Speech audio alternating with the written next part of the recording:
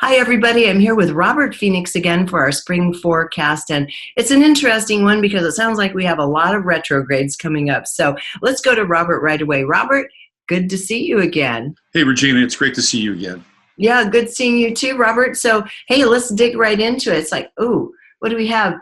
Jupiter, Saturn, and Pluto all going into retrograde. But there are some opportunities here. However, I think a lot of people are feeling this incredible kind of tension coming out of this winter. It's just like a lot of people feeling bruised and isolated. And what was that all about? Well, it's really interesting because, we started off the year with Mars and Aries. And it's a very intense energy to begin the year with. And I thought, well, I actually liked it because I think it's an energy that's got a lot of vitality. That's inherent, but when you go back and look at where the aspect was, it was square the sun. It was squared Capricornian sun. So I believe we started the year with a lot of antipathy, especially at a social level and at a political level. It was like there wasn't any real stop and start between these calendar years. It just seemed to bleed from one year to another. And I talked to a lot of people about that, and that's how they felt. And it very strange. There was a weird time thing happening. January seemed to last forever. It was a very unusual January. And even when we went into February, again, it was odd because I kept referencing January for February. And clearly, beyond astrology, there's some, very odd stuff going on with the Schumann frequency and some of the solar cycles that we're dealing with. And that's a whole other conversation. But I think it does influence, what we experience, especially through the astrological lens. Yeah. And now that Uranus is back in Taurus again, we're going to be dealing with new levels of instability from really kind of primordial, foundational structures in our lives, which is not necessarily bad, but that's going to be a theme that we're going to get to over the course of our talk today, I think. Okay, and we're going to introduce people to an entirely new planet most people have never heard of. Anyway, I hadn't until you and I talked a couple days ago about this. So we're talking past tense. Just a few days ago, we're talking about March 26th, Mars and Taurus conjunct Algol. Well, first of all, who's Algol? And every planet has a characteristic. What's the characteristic of Algol, and what did this mean? And is it still influencing us now as of the release of this? So Algol is a fixed star. It's not a planet. And there are the 6, what they call royal stars. And Algol is one, Regulus is another, Aldebaran is another, Sirius is another. So these fixed stars tend to have, at times, interesting influence in sort of collective, or what we would call mundane astrology. Now, they do play a role in an individual's life as well. When somebody is connected to one of the fixed stars in a part of their chart, it can almost feel as if there's something destined. Now, the thing with the fixed stars is that they are, when we talk about Western astrology, we can talk about aspects that are theoretically difficult or hard. And we can look at them and take them apart and analyze them and see that they can be catapults towards growth and evolution, and they're not these sort of harbingers of doom. At least that's how astrology has evolved. In the fixed star pantheon, that doesn't work. There's a reason why they're called fixed stars. They don't move very much. And when they do, it's pretty significant. Regulus actually went from 29 Leo to 0 Virgo a few years ago, and that was a big deal. So that they're fixed, right? That's the whole nature of it. Algol is known as Satan's head or Medusa's head. Ow. Yeah. Ouch. Right. It's a very intense fixed star, and it has to do with violence and beheadings, right? The word decapitate is also connected to the word capo or capto or boss. And so Algol plays this role as kind of the dark boss of the fixed stars. And when it's conjunct Mars and Taurus, the energy can be one that, well, first of all, let's take it from kind of a social, like a political perspective. Let's say the Mueller report comes out, which it did, right? And people did not get sort of Donald Trump's head on a stick, right? That would have been sort of kind of an Algol metaphor.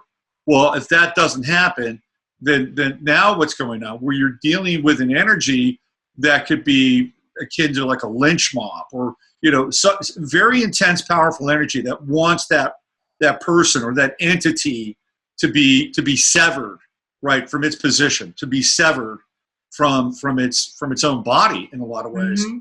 So what we have right now with the position of Algol on Mars is that energy. It's like people want to have some kind of, and this has been going on for a long time, and the left and the right both have this version of it, right? The right's version is Hillary Clinton, heads to roll. They want heads to roll. That is Algol conjunct Mars and Taurus. Now, you and I were talking about this also from the perspective of what just happened in Christchurch, and happening this event that happened in a mosque. Well, what do we know about Islam? What do we know about how retribution occurs in Islam? Well, it's beheadings, And so, is this going to be a theme moving forward with the inception of Algol on Mars? Now, the thing that people have to understand is that sometimes there can be direct correlations between aspects, right? It can happen. It's like, bang, look at this. Bang, look at this. You can see this a lot during Mercury retrograde. Like I was watching, when the NFL opened the floodgates for free agency. And it's like, oh, this should be fun, watching these guys try to sign these I can't tell you how many guys like signed contracts and said, I don't want to be with this team. There was a lot of rescinding going on during Mercury retrograde. And it was very funny because the New York Jets, who signed Le'Veon Bell, in one press release says, well, there are people inside, this is a report, there are some people inside the Jets organization who have real concerns about Le'Veon Bell. And then a day later, the Jets come out and say, the Jets front office is aligned and there are no concerns about Le'Veon Bell. Yeah. And this happened consistently with this Mercury retrograde. So we can see these things happen. If we go back to the big solar eclipse, which was in 2017, the Great American Eclipse, which happened at 28 degrees in the sign of Leo.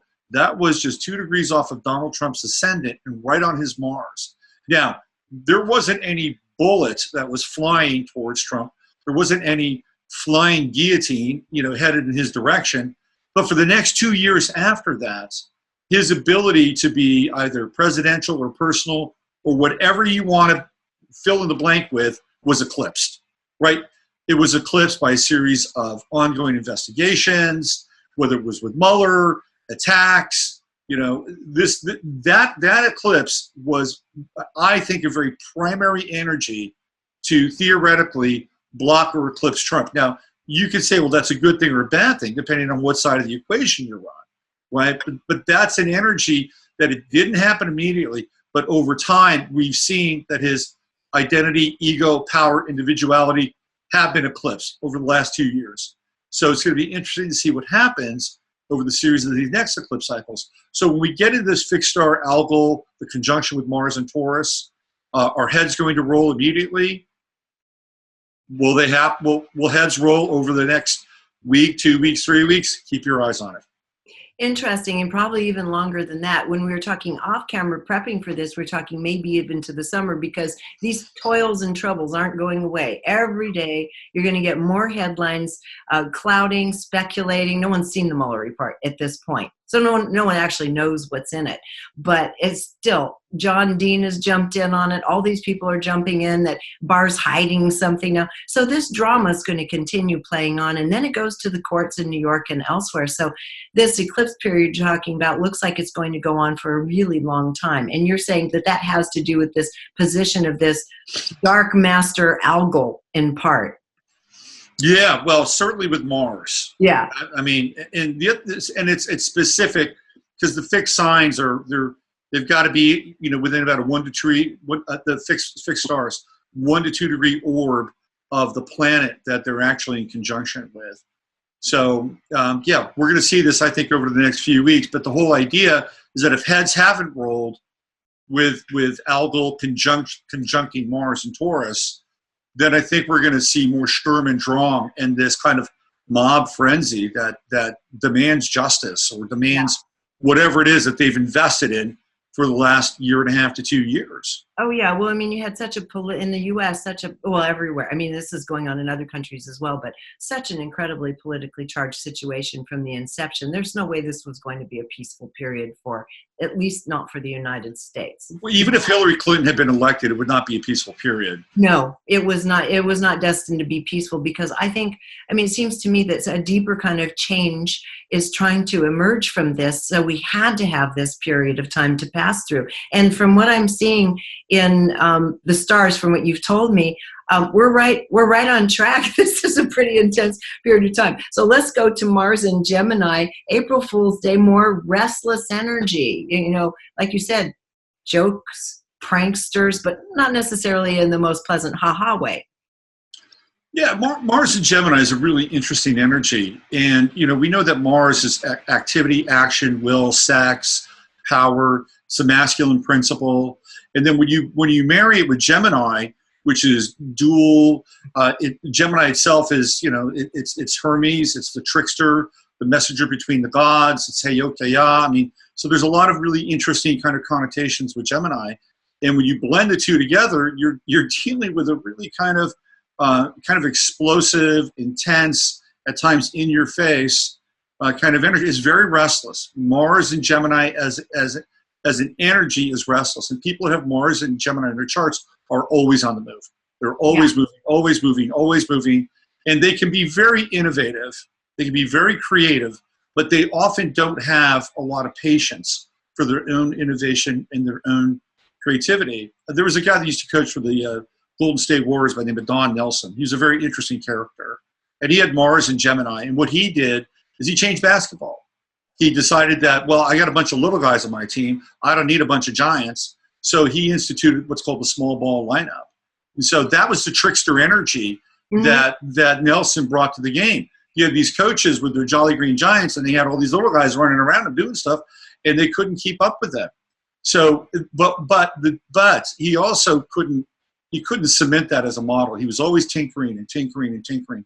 So one of the things on kind of a collective level and on an individual level, of course, it always pays to know where these aspects are in your chart, right? If you know where Gemini is in your chart, well, you've got a better handle on this energy, you know, and it's very important to understand. I mean, if you're into this and you're watching this video, you should know your chart to know what I'm ultimately talking about and how it impacts you. Because Regina and you and I could talk about this on a global level, but it's always important and helpful on an individual level. On a global level, there can be some very interesting and some sinister and dark kind of sleight of hand with Mars and Gemini. We're dealing with it in a time right now where we've got this charade, this carnival going on in Venezuela, right? So we've got Elliot Abrams, old school regime change artist, you know, war criminal, convicted war criminal, you know, doing the bidding of the United States and what's going on there between, you know, this Gemini kind of operation, Guaido, Maduro, who's bad, who's good, who's backing who, right? That's just one example. You know, war is based on duality or theoretically two separate entities that are in conflict with one another. You know, just before you and I started the chat today, I was reading a couple of rockets now went from Gaza over into Jerusalem. Well, guess what's going to happen now? You know, can you say retribution, right? So we're leading up to a time with Mars and Gemini where, you know, things may not always be as they seem. That's the first thing that you need to really wrap your head around. And the other thing with Mars and Gemini are people are quick to act and judge.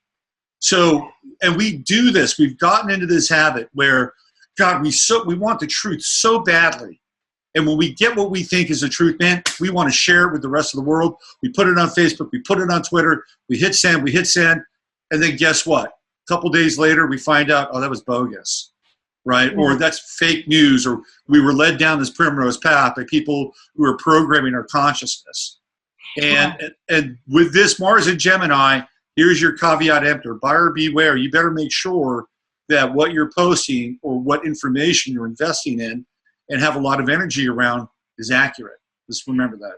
It sounds also like when you were just mentioning Gaza, lobbing something over into Jerusalem, that there's already some of that retribution energy in the air after the decision regarding the Golan Heights, for example, right? This is Yeah. part of that. That's very well part of it. It's just One could for that. clearly make a case. And look, here's the other thing that people have to understand. The business of war is very sophisticated. It's extremely, if people want to stage a war or they want to level an area or occupy a certain territory, in many instances, they will be complicit in some level, whether it's the staging of an event or whether it's the baiting of an opponent. Yes. We really have to be, in many instances, it is just not black and white. We Exactly. like to think along the lines of good guy, bad guy, right? Because it makes it easy for us to check those moral boxes, right? I agree with you. I think we have to be really careful because you don't really know what's, especially in that part of the world, you don't know who's inciting, who's lobbing what, dressed up like whom. That's all been shown in the past. It's a show for a larger effect that, none of us really want to be, I think, complicit to anymore. Exactly. And I have case in point. One of the big things that came out during this time between you and I talking now is the whole Jussie Smollett thing, right? And basically a hate hoax. Wow, geez. Well, what other hate hoaxes have there been? Exactly. And then just right down the line, people were going bah, bah, bah, bah, bah, bah, bah, bah, with all these different hate hoaxes. And one of the biggest hate hoaxes was a series of bomb threats that were delivered over telephone and over email to a number of synagogues around the country. Mm-hmm. Well, where did those bomb threats come from? They came from Israel. There was a young guy, and you can look. I'm not making this up. Okay, yeah. You can look it up. So was he doing it independently? Was he working for somebody? We don't know, but it was a false threat. We live at a time now where it's really important to just develop that witness, right? Develop the witness and be really patient and think through things, because so many of us want to have some kind of outcome. We want closure, right? We want closure around the crimes committed against humanity, or whatever. I mean, we could go back to 2009 when there was the housing crisis. What happened then? Not a damn thing. Those people walked. They don't know where the money went. So there's a lot of angst and consternation that's just been building and building and building and simmering and simmering. And that's why people want this sense of instant justice. We want it now. Yes, and you were talking about that April 1st restless energy, and it doesn't just stop with that. We also have South Node conjunct Pluto April 1st, right? That's right. That's correct. Let's talk about what's going on there. Well, I place a lot of emphasis in the nodes because they give us a real kind of map as to where we can put our attention and see where things are moving in a positive sense, and then where they're moving away from in a quote-unquote negative sense. So to understand that, the South Node, which is the descending, plane of the moon, is in the sign of Capricorn. And essentially what that means is that the Capricornian institutions of governments and corporations, some big business in some ways, in a negative sense, or in a sense where they're vulnerable, their influence over the course of the next year will be waning and it will be questionable, right? It is like the back door of the system. So that back door right now is in Capricorn. And the front door of the system is in Cancer, which is very, very different. It's much more localized. It has to do with the family. It has to do with nurturing and bonding and caring and loving and growing and sewing and mending. These are all very Cancerian kinds of ideals and features. Those are what's highlighted, right? This is the energy, theoretically, where we are moving towards. The South Node energy is where we're moving away from. Now, you put that in conjunction with Pluto, and this is a big deal. Like we haven't seen this energy in quite a long time. I think the last time we probably saw this energy was during the inception of the United States and the American Revolution.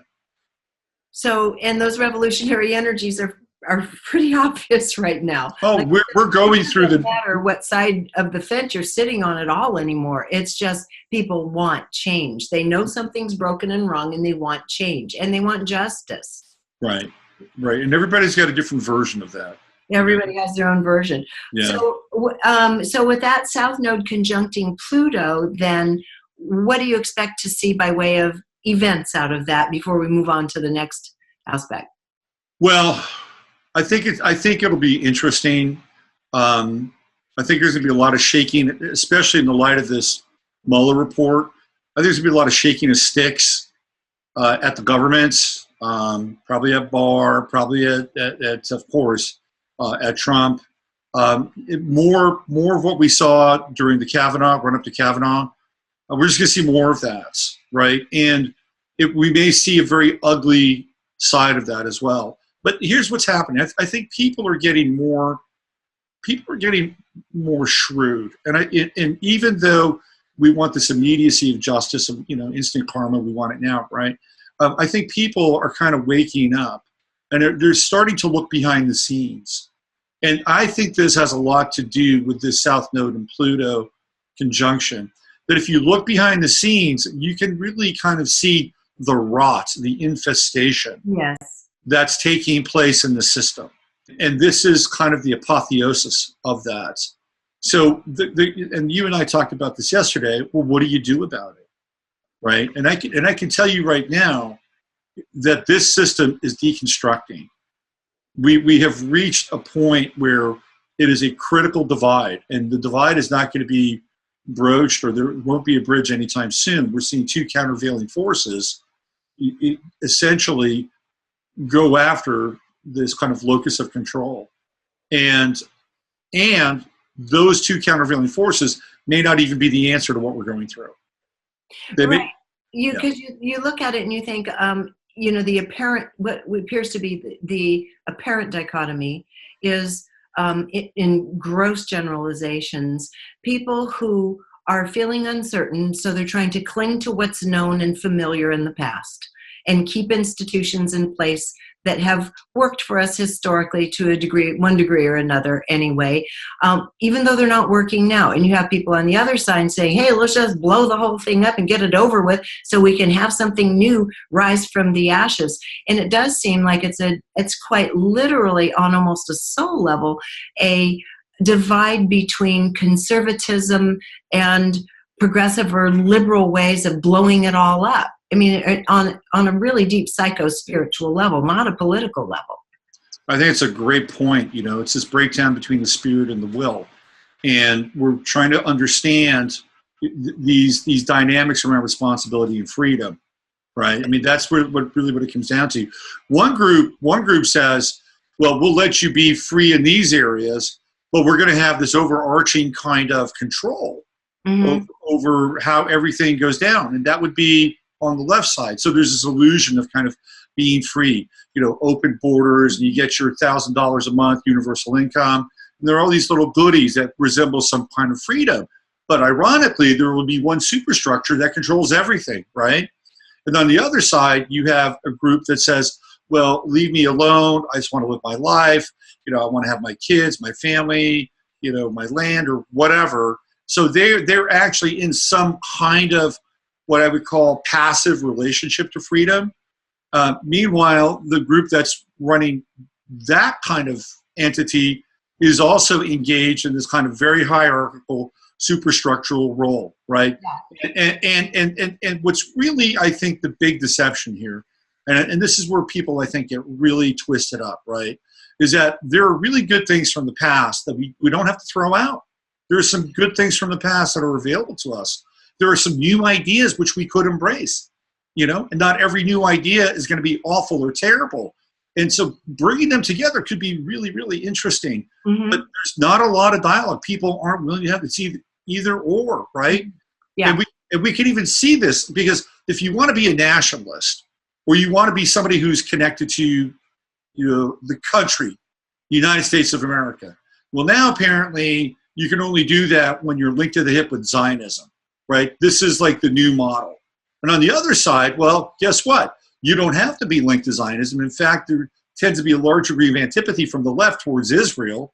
But on the other hand, you have to embrace socialism. You have to give up your identity as a country.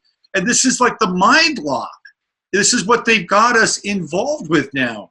And so people are choosing these signs, and you can't even have a relative discussion about this. Yeah, I watched a little video yesterday that was really lovely by Prince EA. You know, he's putting out wonderful little videos on kind of the nature of the struggle of the human heart right now, and especially what young people are yearning for. And that's why I have this great faith, and I'd like to know where in these planets it supports the younger generations to come forward and say, you know, heck with all of this fighting that you people are doing. That's not what we're looking for. We want to create in a brand new way. And the one thing that never pops out in all this is are the windows. In fact, I would love for you to tell me where they are, of creativity, genuine social innovation and creativity, because that's what the younger generations, and myself included, even though I'm not in that generation, are really yearning for. When do these windows open and some fresh air come in to support innovation and collaboration and caring for one another? That's a really good question. You know, I was watching Bob and Carol and Ted and Alice the other night from the movie from the 60s. And one of the things that I got from that movie, there were a lot of things I got from the movie, but one of the things I got from it was that was a time where this idea of love, whether you believed in it, whether it was a front or a sham, this idea of love was very prevalent during the 60s. Yes. And oh, guess what? It was a really creative time, right? It was a really creative and pretty innovative time, the 1960s. There were a lot of baggage that went along with the 60s as well. There was a lot of darkness there too. But there was also a lot of magic. And I think to your point, I think innovation and creativity is synonymous with love. And how can we have innovation and creativity where this idea or ideal of love isn't even really supported? And if it is supported, no, it's not even a word we use anymore. No. And if it is supported, it's supported in some kind of synthetic way. Like we're supposed to love a certain group because of fill in the blank, right? It's either politically correct or it hits a real deep virtue signal inside of us. That's not real love. You know, that's an approximation of love. It's like a social value that's been kind of accepted because there's a large kind of consensus that says, well, this is the way it should be. You know, punch the ticket. So I think to the real heart of your question, we're going to have to go out into the future. You know, we're going to have to get out to 2025 and beyond. Because when we get out to 2025 and beyond, that's when the outer planets really shift. You know, we've got Pluto in Aquarius. We have Neptune in Aries. We have Uranus in Gemini. Then Saturn will be at that time in Aries as well. So it won't be very grounded, though. Like that time won't be grounded. But on the other side, think of all that air and that dynamism and that fire. Could be very interesting. So that spark of creativity, I think, probably comes after this phase we're in. This 2019 to 2024 phase is huge. This is like I think, kind of fulcrum and pivot, not just the United States, but the entire planet. And we don't know how this thing is going to unfold or get itself sorted out. But the old world that we're living in, or the paradigm we're living in, that's ending. That is ending. And I think that some of these aspects that we're going to talk about can attest to sort of where we are with this process. Okay, well, I'm sorry to get you sidetracked on all of that. It's just something I had to throw in there. And thank you for giving us the heads up, 2025. Meanwhile, get your own house in order. But we have so many to go through and not that much time. So let's hop through now. I think we're at Saturn conjunct Pluto for April 5th. And you say this is a precursor to 2020 Saturn-Pluto conjunction. Just briefly tell us what that means. So Saturn is going to get within 2 degrees of Pluto on April 5th. I think Saturn will be at 20 degrees Capricorn. What's that mean? Pluto 22. Well, anytime you get these two outer planets together in a very close proximity, which is what we're talking about, this is very deep, powerful, intense changes with hierarchies in terms of businesses and in terms of governments. I'll give you an example. This energy is already happening. You know, what we've seen over the last 10 days to 2 weeks is the demolition of the Southern Poverty Law Center. And the Southern Poverty Law Center became extremely powerful. Along with the Anti-Defamation League, the Southern Poverty Law Center has written a lot of the kind of anti-hate speech and Right. stuff, that has been passed, right? Hate crime. Anyway, they're crumbling because their leadership was found to be morally deficient. They've got a sex scandal going on. And not only that, but people have realized that what they've been running is a fear scam, a giant fear scam. This is a Saturn and Pluto potentiality, right? This is what we're looking at. These institutions that have this rot at their core are going to be found out. It's going to be brought to the light. We're going to see this stuff, and it's going to be unprecedented. And what are people going to do with it at that point? And how can it be resolved? Well, the Southern Poverty Law Center is going to implode on its own accord. But who else is doing things that are similar to the Southern Poverty Law Center, right? There are other groups and other entities that basically piggyback and promote hate and division. So this is what's going to happen. Yes, that's my sense. And as we look at this on all these different aspects, it seems to have the same thing in common. Lots of revelations, reconciliation of deeds done in the past. And from what I'm understanding, you saying a few minutes ago, we're talking about a period over the next 5 or 6 years, constant revelations, constant pulling back of the veils. And that's not just on these large political and socioeconomic scales. This is the time in our lives when we have to get real. And everyone wants to hear about where Venus is and where we have windows to open for love and creativity. I love that stuff. Yeah, I'm a junkie for it. But the reality is, it sounds like that is not what the cosmos is asking of us right now. So let's go to Jupiter retrograde, and that's April 11th. And again, you say backlash, things like this again, coming around, reconciliation of the past. Yeah, it's been really, really interesting to watch. Again, I keep coming back to this, the advance of truth, and then the shutting down of truth. And I'll give you an example.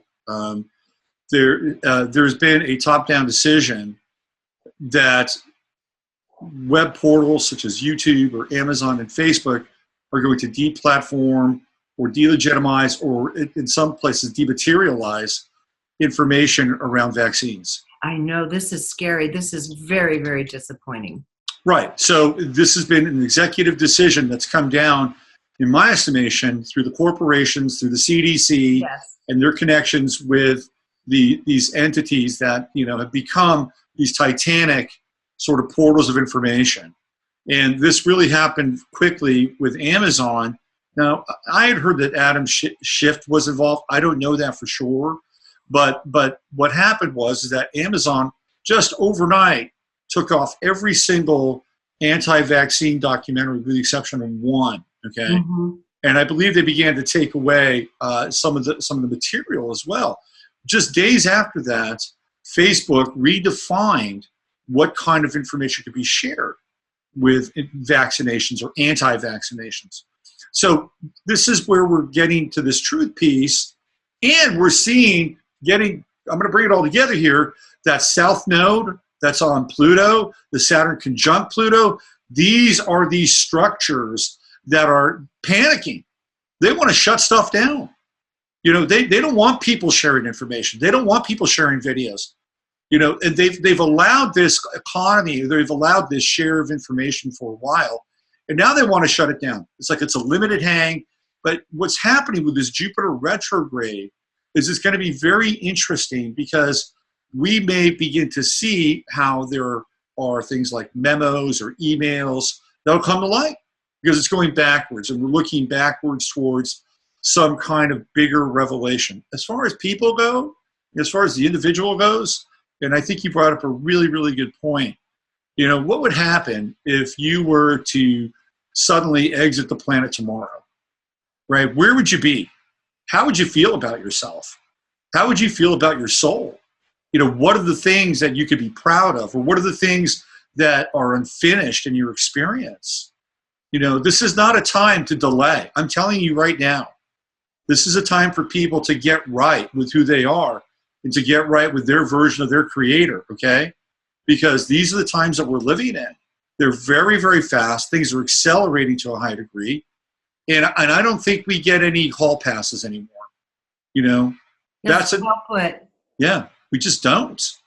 Yeah. And there's a level of maturity there, right? I mean, let's just throw it out there. Let's say you and your family have gotten into squabbles over Trump or not Trump or whatever, and it's created a great wedge and a great divide between you and your family. Well, what would happen tomorrow if that family member left or you left? There would be a lot of unfinished business, a lot. Now, some of these gaps may not be bridgeable, and that's just the way life is sometimes, right? But I would say if you can at least get to a place where you can make peace with that, even if the other person can't or won't, that's something I would advocate, because we're dealing with very spiritual energies with Pisces, Neptune and Pisces, Jupiter and Sagittarius. You know, I've often said that the two most religious and spiritual signs are Sagittarius and Pisces. One is esoteric, the other is exoteric. One is orthodox, the other is more mystical. And right now, there's this collision happening between the two. And it's a creative collision, but I think it really should get people to wrap their heads around what their relationship with their soul is like. I think that's very well put. I mean, there's no better way to use, I think, the challenging times than to really take it down as deep as you can internally. All this we're talking about is more global and external, but it applies in our own path as well. So I'm really happy that we talked about that. Let's talk about Mercury. Mercury in retrograde. Nobody particularly enjoys Mercury in retrograde. It moves out of the shadow. Looks like into Aries on April 18th. And you said the pre-retrograde period for this Mercury in retrograde is one of the worst you've ever seen. How so? Well, I mean, just in my own life, I usually don't feel Mercury retrograde until it really starts to get some momentum. Yeah. And the shadow period of Mercury retrograde happens at the degree of Mercury where it goes retrograde. So for instance, we look at where it was like a 29 Aquarius. That would have been the shadow of Mercury retrograde, because that's the degree where we move into that shadow period. So that's about a 3.5 week period, and then it goes into retrograde. And the ramp up, it was a full-on Mercury retrograde 1 week into this thing. Mm-hmm. And I've been dealing with it in a very, even now, just juggling flight stuff and travel plans. And, my mother, the Pisces, broke her hip on Saturday, and, trying to figure out how I'm going to deal with her. So just on a personal side. Now it's moving forward, and guess what? It's Mercury went retrograde at 29 degrees Pisces. That's the last degree of the zodiac. Okay, it goes into the new cycle, the new astrological new year at 0 Aries. So there's a lot of there's a lot that comes into that 29th degree. The entire astrological year, is part of that moment in time. So I think this is not just in terms of Mercury, but also in terms of, for us personally, but on a cultural level, there's this history that we're going to have to deal with. Right? Whatever these things that have been buried, whatever these things that have been lost, whatever these things that have been stuffed away, we're going to have to deal with them on a collective level, and even in your own life. Again, what haven't you? That 29th degree is anoretic. It's all about finishing and completing, right? Finishing and completing. What do you need to finish? What do you need to complete? What makes you theoretically balanced and whole? Now it goes direct on the 29th of March. So there's that 29 degree again. Right. The shadow period is 3 weeks out again, when it goes back to 29 degrees where it all started. So we're doing 29, 29, 29. Those are 11s, very high vibration. 11 is the number of revelation, inspiration and revelation, times 3, 33. Very powerful number, right? We go into 33, but this is a very powerful direct moment. As it goes into Aries, it's like, okay, we've had 6 weeks longer, almost 9 weeks, right, of this retrograde cycle. And hopefully during these 9 weeks, you've been able to clean some things up. Well, it sounds like what you're saying is that is the perfect opportunity, because it'll force you to, whether you want to or not. Again, this letting go of what's not working. But maybe that's where the breath of fresh air comes. That window opening is when it does go into Aries and we start anew in a new cycle. Aries has a lot of energy to it. Oh, it does. Once we've let go, that's where you can really start giving birth to the new. And you say that's, the 29th? It goes direct on the 29th, and then on the 29th of April, Yeah. is when it moves out of Pisces. So it'll be the 30th of April when it moves into Aries. Yes, okay. Let go and then take a deep breath and start giving birth to the intention for the new. And I just have to say, this equinox energy here in the Northern Hemisphere was fantastic. It was really great. There was a lot of aliveness. We had that big fat supermoon in beautiful Libra. And if that's any indication of the energy that's coming with Mercury and Aries, it'll be great. It'll be great. Okay. So there's another aspect that folds over this and reinforces it, and that is Mercury, Venus, Chiron conjunction in Aries on the 18th of April, chance to reconcile and let go again. So we're getting a lot of letting go energy, reconciliation, which opens the door for the new. Yeah, I think so. And, we're dealing with communication and relationships, combination of the masculine and the feminine, because we're dealing with Venus, Aries, and the masculine, or the sign of the masculine sign. And then Chiron about vulnerability and being able to take risks in order to communicate to people in your life. That's an energy where if you have been in a relationship and you need to leave a relationship, there's your window right there, okay? If you're in a relationship and you're feeling stagnant and you need more out of the relationship and you're afraid to risk that conversation for fill in the blank, whatever, that's your day, that's your energy right there. Yeah. So I think it could be very useful and very helpful. And the other thing with that is that I think we can also look at how we internalize things and we see ourselves as victims. Because Aries is not a sign that celebrates victimization. Okay, so when we get into that, we can that Chiron piece, we can see where, well, maybe just maybe I need to lay my ego down here and kind of listen to what this person has to say, instead of being aggressive and countering with an argument so that I can defend my own position and thus support my ego and not really have a meaningful exchange. It's all part of this aspect coming up. On a global level, I mean, I think we're dealing with things like conflict, maybe conflict resolution. We'll see. I don't have a lot of hope and faith in the world to have conflict resolution. But clearly, I think we might be looking at some very highly conflicted energy during that time. Okay, Pluto's back up again. Besides Saturn conjunction, we have Pluto, Capricorn retrograde starting April 25th. And you say this goes on for 6 months. And this starts kind of dipping into the financial institutions and money scene. Mm-hmm. Yeah, that's true. And I feel like it really comes out more in October than it will during the early parts of the retrograde.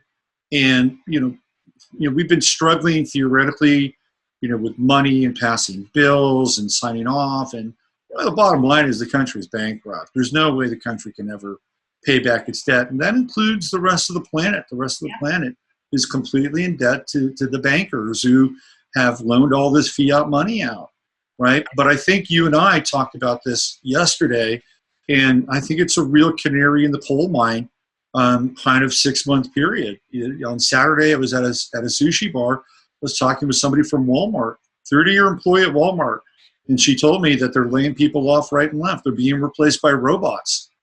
Ladies and gentlemen, if you're not concerned about that, if you think, well, good, we don't need Walmarts, well, maybe you're right.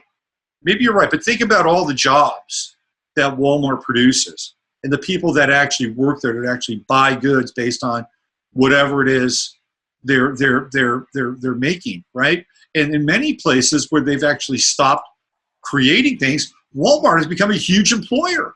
Right. If you look at the map of the United States and who employs what where, you just look at the middle of the United States. It is consistently Walmart. It's the biggest employer in the state of Texas. Wow.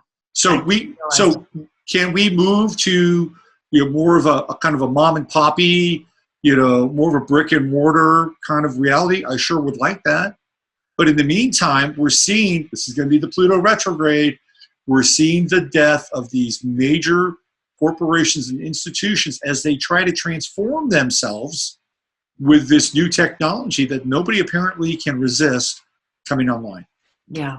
Okay, now right on the heels of that, we have Saturn and Capricorn going retrograde on the 30th. The other one was the 25th, and on the 30th, that has to do with institutional structures and backlashes against institutions, as you told me when we were prepping for this. So this is like a double whammy here.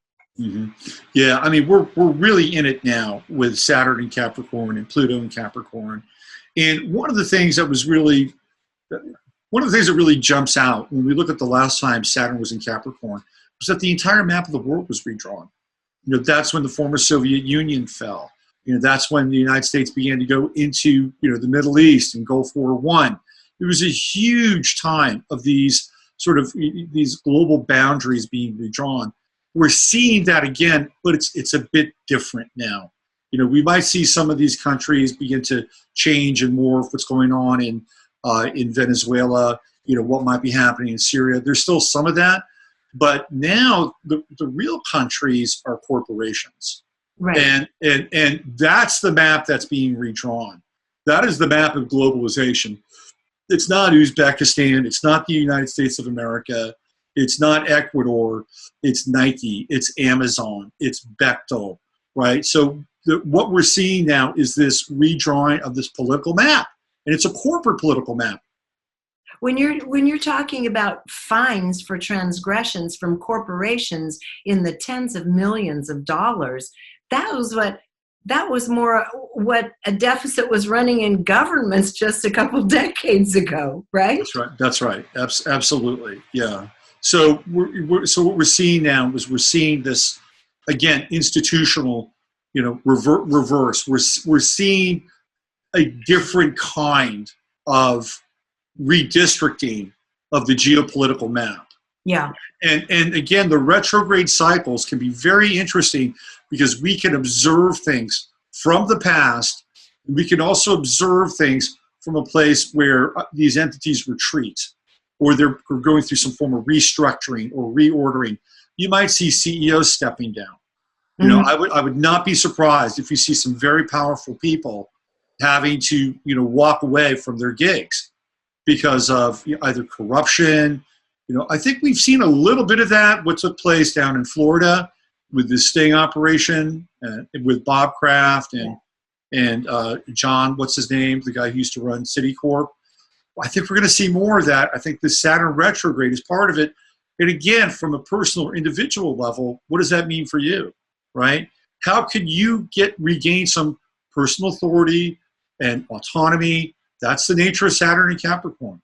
You know, you are theoretically your own CEO, right? How can you get better at that? How can you make choices that support that? Where do you have to cut in your life? You have to cut certain expenses. You have to cut certain people out. That's another Saturn retrograde aspect where if you bring it inside and really own it, I think it can be very beneficial. Okay, now we're moving on to Mars-Jupiter opposition. Now we're getting into early May, May 6th. We're talking about wild and rebellious energy. You know, I kind of like this opposition in some ways because in the midst of kind of this turgidity and a lot of this debate, which I think will continue to be amplified, especially with Mars and Gemini, at the very least, it's an energy that's alive, right? You're dealing with fire, you're dealing with air, big ideas versus practical application. You know, like the Acacia's Green New Deal. I mean, that is like a Jupiter and Sagittarius, let's swing for the fences kind of a thing, right? Well, really, how practical is it? That's where the Mars piece comes in. And I think we're going to see a bit more of this, but I also feel like it's one of those aspects where it can convey a sense of confidence and bravado, even if it's like limited, temporary, or false. And it may not necessarily be a bad thing, right? Like if you need to fake it until you make it, this Mars-Jupiter opposition could be actually pretty good for you, right? So early May, if you got a big vision, you got some big energy supporting it, kind of go for it. That's the time to push. That's right. Because the mutable T-square in the middle of June that follows that sounds like we're headed for the crazy house. No, yes, we've got Sun in we have Sun in Gemini, right? Is that right? Mars in Gemini, Jupiter Neptune in Pisces, Sun in Gemini, Jupiter in Sagittarius. Sagittarius, that's right. So that's a T-square. That's a tight T-square of mutable energy. So mutable energy tends to be pretty erratic. And I think that's a time of nervous energy, but it's also when things can get shaken up. That's like the shaking of the tree energy. And it's also, mutable energy tends to be very editable. Like you can edit a lot with it. So there's a lot of course correction energy that's going on there, right? You can do a lot of course correcting. And at the same time, you're dealing with three very specific kinds of like entities, right? So when we get into, again, Gemini, it's the trickster, it's the messenger, it's very playful, it's dual. We get into Sagittarius. Sagittarius can be very judge-like, there's a sense with Sagittarius that there's piety, really big piety. Righteousness, self-righteousness. The kind of like, the hardcore version of Sagittarius is like, Yahweh in the desert, right? That's like the big judgmental Sagittarius. Then we bring Neptune in and this kind of, spiritual sort of catch-all that Neptune and Pisces has brought to the party. And I think belief systems are going to get really shaken up during that time too. And people's own belief systems might be shaken up. Like things that you thought you believed in and were true, you may have to revisit those things. And it may not be a bad idea. Okay, we're on to Mars-Pluto opposition, middle of June. They said this happens every 2 years. Mars is in Cancer, Pluto in Capricorn still. This happens every 2 years, and this is not a fun one. This is like a real examination of what is life anyway. Kind of life and death matters, you said? Yeah, I think so, because Mars in Cancer, Mars is always about where we invest our energy. And in Cancer, it's around, again, all those things that I talked about with, the true node, which is, nurturing and bonding and growing and very organic and motherly and maternal. So it's an energy with Mars and Cancer can be very defensive. It's very protective in the things that it loves and cares about. So when we have Pluto in opposition to Mars, to me, that's pretty explosive, particularly since, one of the things we dealt with right out of the gate with this South Node in Capricorn, true node in Cancer, was this late term after birth abortion thing, right? I think that's going to come up again. That's going to be part of the Mars-Pluto opposition, and that debate's going to get hot and heavy, and I think people are going to be very invested in protecting these Cancerian kinds of entities. Women's rights also will be kind of a hot topic during that Mars-Pluto opposition, but it also sets us up for the eclipse that's happening. I think it's a full-on solar eclipse happening in South America on the 2nd of July. So that energy really gets us into the eclipse season. And I think you want to keep your eye on specifically on Venezuela during that eclipse and leading up to that eclipse.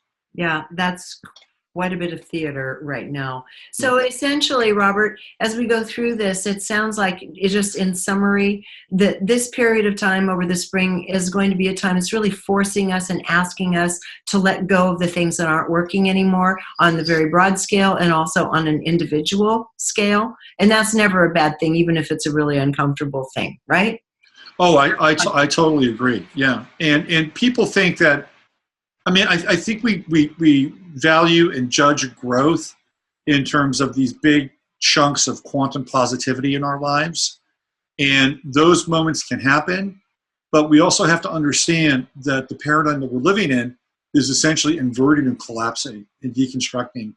And so we can have those positive kinds of moments and positive growth, but I think they're going to be much more internal in a lot of ways. And, really gauged on the quality of the individual's relationship with their soul, how we treat one another, and our character and what we bring forth in the world every day. This is because we're in a stage of maturation, theoretically, right? Right. Theoretically, and we need to begin to activate some of these principles. That's where the growth is. It's not always sexy, but it's there. Springtime, it's accelerated. This is an accelerated period. And we have a window of energy coming in to help us if we have some kind of big vision going. And as always, it's like pulling back. We've been talking about the curtain, the veil, pulling it back and seeing more of what is not working, revealing the things that have simply broken down structurally from the inside and are now showing it on the outside. And that's a good thing too. Absolutely. So Any final words to kind of, we get the seriousness of it. This is not a party period, and Saturn and Pluto are not party boys. We get that. Is there anything else you'd like to share with us by way of kind of an inspirational or personal empowerment end of this message? Yeah, well, I guess so. I mean, I think that Mars energy in Gemini can be fun, right? It can be fun. You know, I mean, Gemini's really into like games and curiosities and diversions. You know, so if you want to like pick up a new hobby or play or, you know, sharpen your brain, I mean, I think that energy is there. And you know, that can be at the very least enjoyable, right? It can be enjoyable. But I would say by and large that the real gains are going to be, again, internal. Yes. They're all going to be about what you can uncover about yourself that is really eternal, right? You know, we tend to think of like our time here on this planet. We're here now. We're doing this now. We'd like to be here 1 year and 2 years, 3 years. You know, we're dealing in a story that's wrapped in eternity. And we move on from this place at some point, right? So everything that you do now is connected to this never-ending story that you're a part of. So understand that and begin to see the long-term value in some of the changes that we're talking about. It may not always be sexy, may be a little bit difficult, but you're actually contributing to the connection to who you are on a very deep, profound, and sacred level. Don't ever forget that. I agree with you. And not only that, that's where some compassion and kindness kicks in. We're all going through this together. This is a tough period of history. And I think if we can just, you know, first of all, we have to really cut ourselves a little bit of slack in this process of deep investigation, but we need to do that for each other. I think this whole going into battle with one another, even if the energy is calling for that, if we could just step back and breathe in to a little bit of a state of compassion for ourselves and other, we can move through this, I think, more gracefully. And it gives us then the safety to dig deeper in ourselves. You know, I agree with you. And I think that compassion is tempered by respect. Yes. And the more respect we have for ourselves, the greater compassion we can have for other people. If we don't respect ourselves, that compassion becomes meaningless. It doesn't have any value. So I agree with you, Robert. That's very well put. Well, on that note, thank you. I think everybody's, you know, kind of batten down the hatches, get ready to dig deep. But we're still in that phase. But the nice thing is 2025, things open up, may be ungrounded, but that's when kind of the new structures, the new building starts coming again. And so I think it's important that we talked about the fact that we need to have a long-term view of this. There isn't just relief around the corner. We have some digging to do. Absolutely. Yep. Robert, thank you so much. And as always, people can join you at your site, robertphoenix.com. Thanks a lot, Regina. And until next time, everybody, thank you for joining us here on reginameredith.com. Thank you for watching this video. You can find many more like it free of charge by going to reginameredith.com. And if you're finding that this kind of content is adding value to your life, you might want to support my work by clicking on the Patreon button on the website, reginameredith.com. As a patron, you have special videos, insider commentary, and much more. Check it out.